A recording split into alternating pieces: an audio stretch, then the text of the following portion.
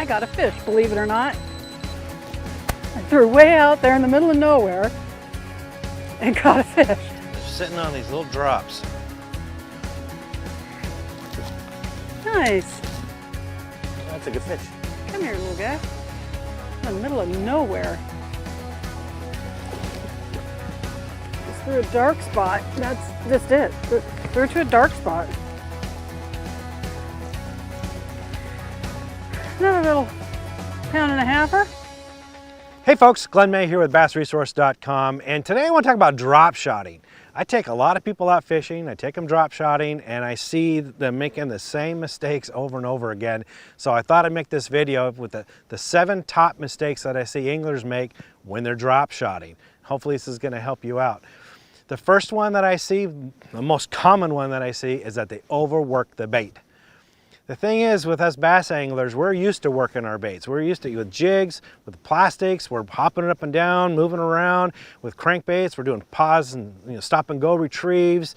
Even top water, we're twitching it or doing something, right? So we're used to imparting the action on the lure.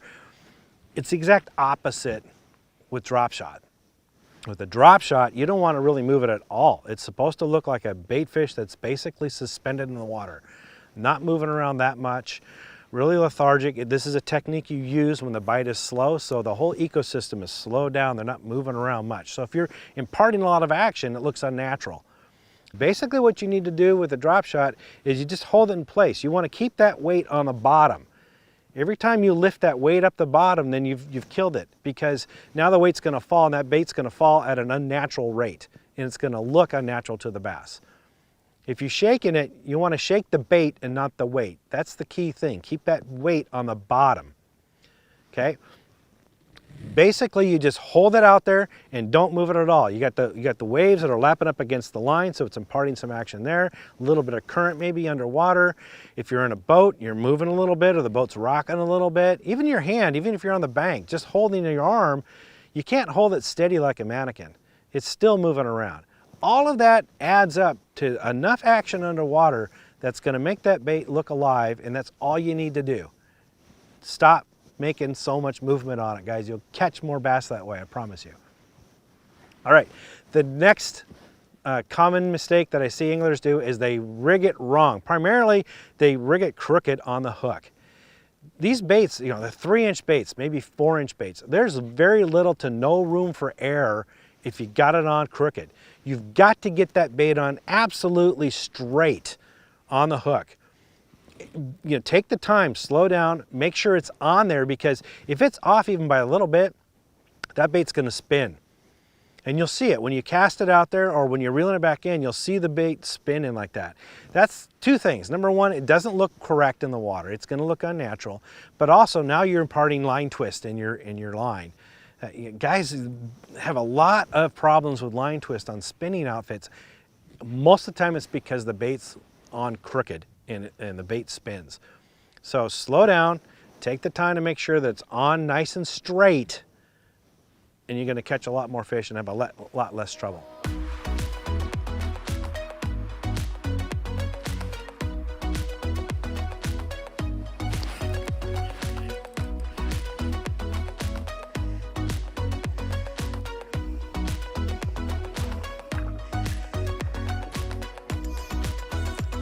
Here, you little feisty thing. Come here, you are a feisty thing. There you are. You are a feisty one. Not happy at all about that, having that in his mouth. Another little drop shot bass. Come hither. Another little guy. He was like almost behind the boat. They're cold.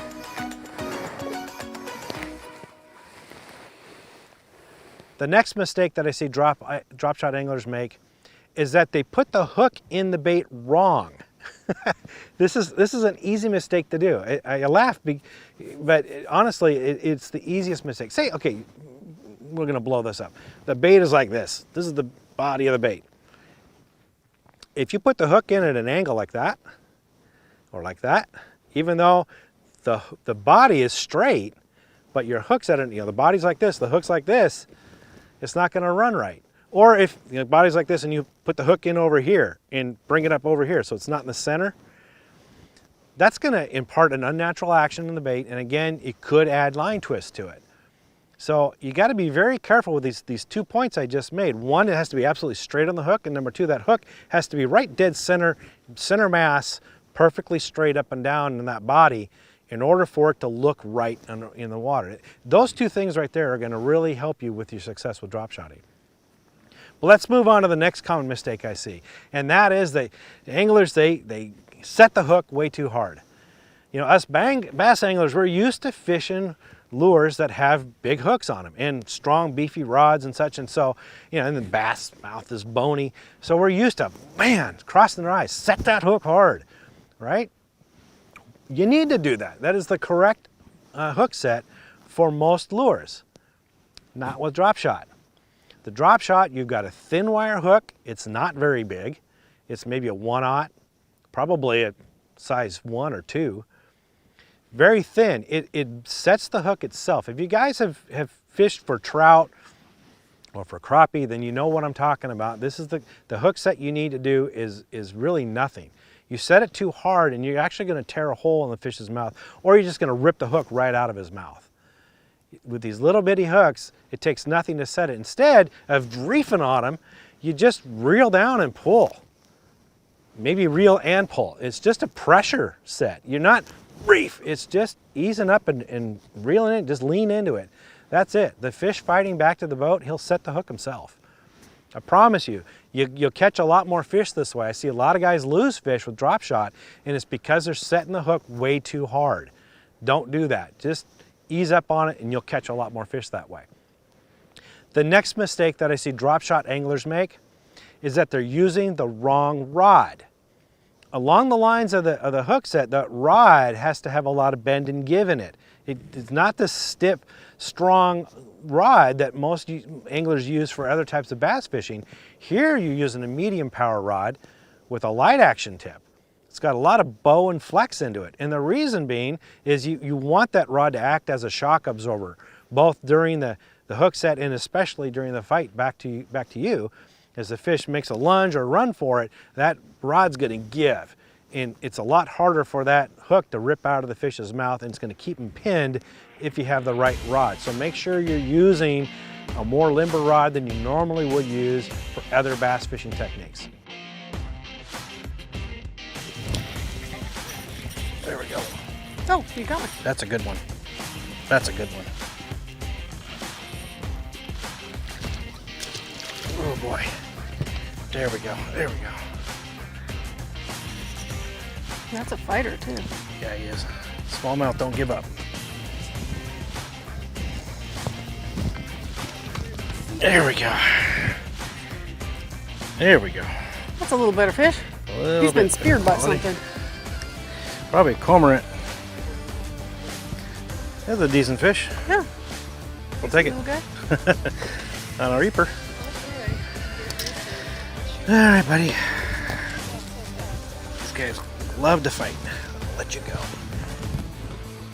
The next mistake that I see bass anglers make for drop shotting is using the wrong line. Line makes a critical difference in how that bait performs underwater. When I first started drop shotting many decades ago, when it first came out, when was that? I don't know, 80s, 90s? I was using 10-pound line on spinning gear. And it worked well, but I had so many of my friends that were doing better at drop shotting, and they kept telling me I need to downsize on my line. And the reason being is that line, the stiffer, the heavier, the higher pound test the line is, the stiffer it is, the less action that bait has. It actually impedes the action of that bait so it doesn't look as natural underwater. Well, I was really resistant to go to a lower pound test because I didn't want to have more break-offs or retie as much. But finally I convinced myself to go to 8-pound test. Ooh, big step. Well, not only did I not have those problems with more break-offs and having to retie, but I caught more fish. Okay, just that little bit of a difference made a huge change in the way that bait acted in the water, and I was able to catch more fish. Now, as some of you guys know, I go out and I fish with the pros a lot, and I've got a lot of friends that are pros, and one of them, Aaron Martins, good friend of mine, he, you know, he's like the godfather of drop shotting, right? He's the king of drop shotting, and he kept telling me that I need to go to smaller test pound, minimum 6. He was saying even 4-pound test. Get it down there, Glenn, because that makes a big difference in the line with the way that it imparts the action on the bait. The lighter that test, the more that bait flows freely. And so finally, through his guidance, I went to 6-pound fluorocarbon line. I use Seaguar Tatsu fluorocarbon line. And the reason for that is Tatsu is the most limber, flexible line, fluorocarbon line that's out on the market today, period. And so it lets that bait act completely natural. It lets it flow freely, plus the line is low visibility and high sensitivity.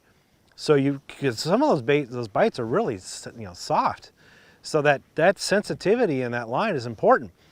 This is not the time to use braid, guys. I don't even care if braid to fluorocarbon and you're using leader. Braid has no give in it whatsoever. And here we are going back to that hook being ripped out of the fish's mouth. You need your whole setup to run in concert with each other. And with braid, without having any give in it, you've increased your odds of that hook being ripped out of the fish's mouth. Plus, braid is more buoyant. So when you cast out, you're gonna see this line kind of curve down in the water. So you end up actually having more line out than you need to, or more line out than you would have if you were using fluorocarbon, which is more of a straight connection. So your sensitivity is actually going down by using braid. So braid has its places, but not with drop shotting. I just use straight fluorocarbon here, and it really has increased my success.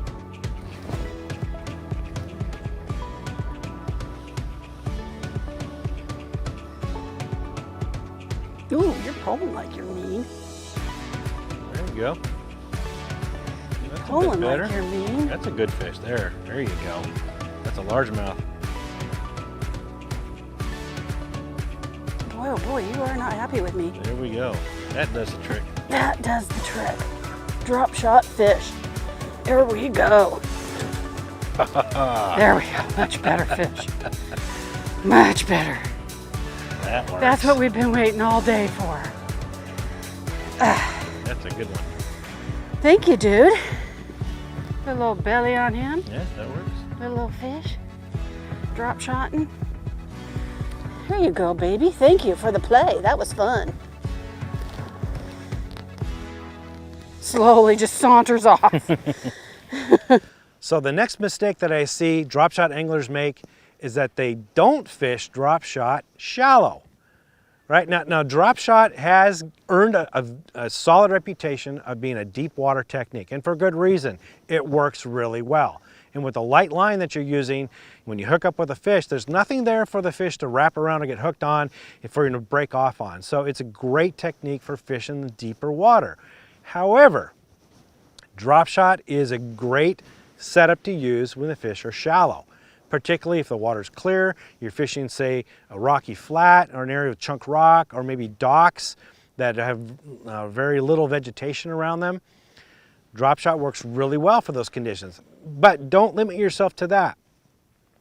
If the weeds are thick or the cover's a little bit heavier, then you can upsize your gear. Use a heavier, more stout rod. Now you can flip the braid, use a stouter hook, a little bit bigger bait, and you can go in there and flip and pitch it into the weeds. This is actually, people call that bubba shotting. And I got a whole video just on bubba shotting. So, and I'll link to it down here in the description. You can check it out and learn more about that. But essentially, it is just a beefed up version of a drop shot rig, and you're fishing it shallow. So don't think that the only reason or the only way you can fish a drop shot is deep. It's very effective shallow as well. All right, so those are the 7 common mistakes that I see drop shot anglers make. I hope this video helps. For more tips and tricks like this, visit bassresource.com.